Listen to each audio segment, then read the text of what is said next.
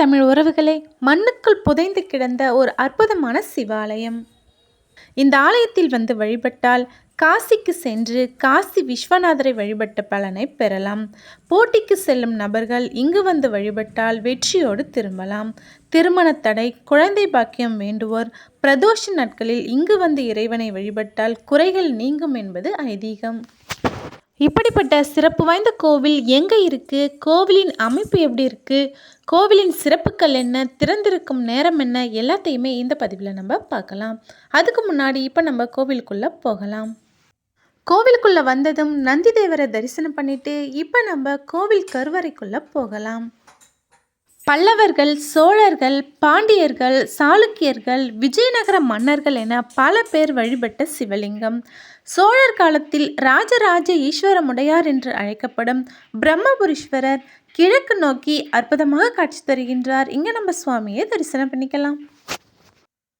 கிழக்கு நோக்கிய இந்த கருவறையானது சதுர வடிவில் அமைஞ்சிருக்கு. அதில் அழகிய வடிவாய் லிங்க திருமேனியாக பிரம்மபுரீஸ்வரர் காட்சி தருகின்றார். பல நூற்றாண்டுகளை கடந்து புது பொலிவோடு இன்றும் லிங்கம் அழகாக காட்சி தருகின்றது. பல போர்களையும் படையெடுப்புகளையும் கடந்து கம்பீரமாக இன்றும் காட்சி தரும் கோவிலுங்க. போரில் சிதலமாகிய சிற்பங்கள் எல்லாமே இங்கே வச்சுருக்காங்க. பெரிய நாயகி அம்மன் தனி சன்னதியில் நின்ற கோலத்தில் இங்கு நமக்கு காட்சி தருகின்றார். கோவில் முழுவதும் பல கல்வெட்டுகள் இருக்கிறத நம்மளால் பார்க்க முடியுது. ராஜேந்திர சோழனின் 24வது ஆண்டை குறிக்கும் கல்வெட்டும் இந்த ஆலயத்தில் இருக்குது. அதில் நிலம் தானமாக கொடுத்ததும் குறிப்பிடப்பட்டிருக்கு.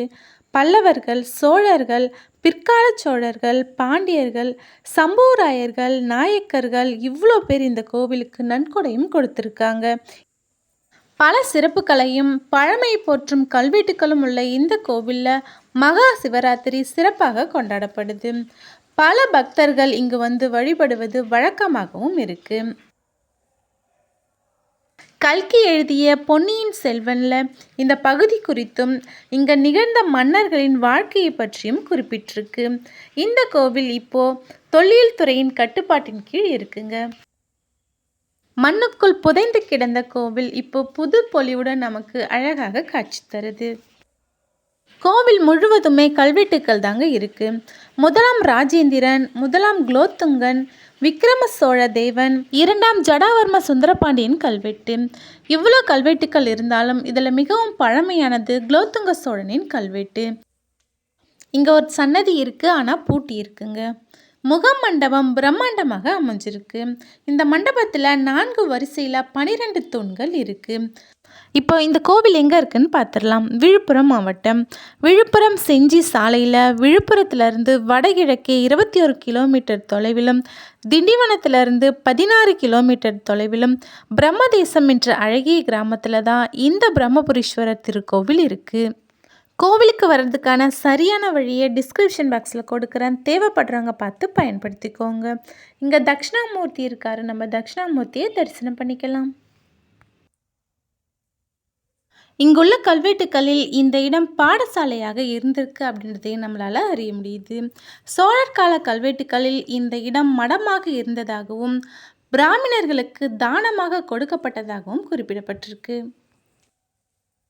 கருவறையை சுற்றியுள்ள திருச்சுற்று மாளிகையை தான் இப்போ நம்ம சுற்றி பார்த்துக்கிட்டு இருக்கோம். இந்த கோவிலின் அமைப்பு தஞ்சாவூர் பெரிய கோவிலை போன்றே இருக்குங்க. இங்கேயும் ஒரு சிவலிங்கம் இருக்கு. ஆவுடை வட்ட வடிவில் இருக்கிறதுனால இது சோழர்களுடைய சிவலிங்கமாக இருக்கலாம். இங்க லிங்கோத்பவர் இருக்காரு. இங்க நம்ம தரிசனம் பண்ணிக்கலாம். கோவிலின் விமானம் செங்கற்களால் கட்டப்பட்டிருக்கு. மேலே கலசம் இல்லாமலும் இருக்குங்க. இந்த பிரம்மபுரீஸ்வரர் ஆலயம் சிறந்த குரு பரிகார தலமாக இருக்கு. குரு பகவானுக்கு அதிதேவதை பிரம்மதேவன். அதனால் இந்த தலத்தில் இருக்கிற குரு பகவானை வந்து வியாழக்கிழமைகளில் வழிபட்டு செல்வது சிறப்பு. திங்கட்கிழமை, திருவாதிரை, புனர்பூசம், சதயம் மற்றும் ஜென்ம நட்சத்திர நாட்களில் பிரம்மதேவர் வழிபட்ட இங்கு உள்ள பிரம்மபுரீஸ்வரர் வந்து வணங்குவது நல்ல பலனை தரும். இங்கு 3 சிலைகள் இருந்ததற்கான அமைப்பு மட்டுமே இருக்குங்க. ஒருவேளை முருகப்பெருமான் ஸ்ரீ வள்ளி தேவசேனையுடன் இருந்திருக்கலாம். பாவங்களை போக்கும் தலமாக இந்த கோவில் இருக்கு. முற்பிறவியும் இப்பிறவி பாவங்களையும் போக்கும் தலமாக இருக்கு. மாசி மகம், சிவராத்திரி, விநாயகர் சதுர்த்தி போன்ற விழாக்கள் இங்கு வெகு விமர்சையாக நடைபெறுது. மாசி மகத்தன்று இந்த ஆலயத்திலிருந்து வடக்கே சுமார் 1 கிலோமீட்டர் தொலைவில் உள்ள செம்மனேரி சாஸ்தா ஆலயத்துக்கு சென்று தீர்த்தவாரி நடைபெறும். பல்லவர் காலத்திய துர்க்கை சிலையை இந்திய தொழில் துறையினர் கண்டெடுத்திருக்காங்க. அதை வச்சு பார்க்கும் பொழுது இந்த கோவில் 1000 ஆண்டுகளை விட அதிகமாக இருக்கும் என நம்பப்படுது. பேரழிவுகளிலும் பல படையெடுப்புகளிலும் இந்த கோவில் சிதலமாகி இருக்கு. இஸ்லாமியர் படையெடுப்பின் பொழுது பல சிற்பங்கள் இங்கே சிதலமாகி இருக்கு. இங்கே ஒரு தனி சன்னதி இருக்கு. ஆனால் சாமி சிலைகள் எதுவுமே இல்லாமல் இருக்குங்க. கல்வெட்டுக்கல்ல இந்த ஊர் ஜெயங்கொண்ட மண்டலத்து பனையூர் கோட்டத்து ராஜராஜ சதுர்வேத மங்கலம் என குறிப்பிட்டிருக்கு. பிரம்மதேசம் என்பது பிரம்மதேயம் என்ற பெயர்லேருந்து மருவி வந்திருக்கு. அந்தணர்களுக்கு தானமாக கொடுக்கப்பட்ட ஊர் என்றதுனால பிரம்மதேயம் என்று அழைக்கப்பட்டது. அது காலப்போக்கில் மருவி பிரம்மதேசம் என ஆயிற்று என வரலாற்று ஆய்வாளர்கள் கூறுகின்றனர். பிரம்மாண்ட திருச்சுற்று மாளிகையை நம்ம பார்த்துக்கிட்டு இருக்கோம்.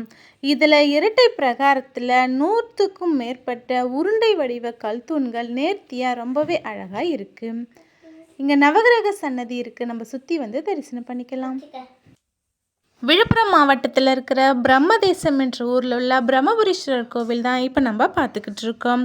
விழுப்புரம் வழித்தடத்தில் கூட்டேரிப்பட்டு என்ற இடத்தை கடந்து சங்கரபாணி ஆற்று பாலத்தை கடந்ததும் பேரணி கூட்டுசாலை வரும். அதுலேருந்து பெரிய தச்சூர் எஸ்ஆலம் வழியாக பிரம்மதேசம் நம்ம அடையலாம். கோவிலுக்கு வர்றதுக்கு ஷேர் ஆட்டோ வசதிகளும் உண்டு. இந்த அழகான பிரம்மாண்டமான கோவில் உங்களுக்கு பிடிச்சிருந்தா லைக் பண்ணுங்கள், ஷேர் பண்ணுங்கள், கமெண்ட் பண்ணுங்கள். மறக்காமல் நம்ம சேனலை சப்ஸ்கிரைப் பண்ணுங்கள். நன்றி.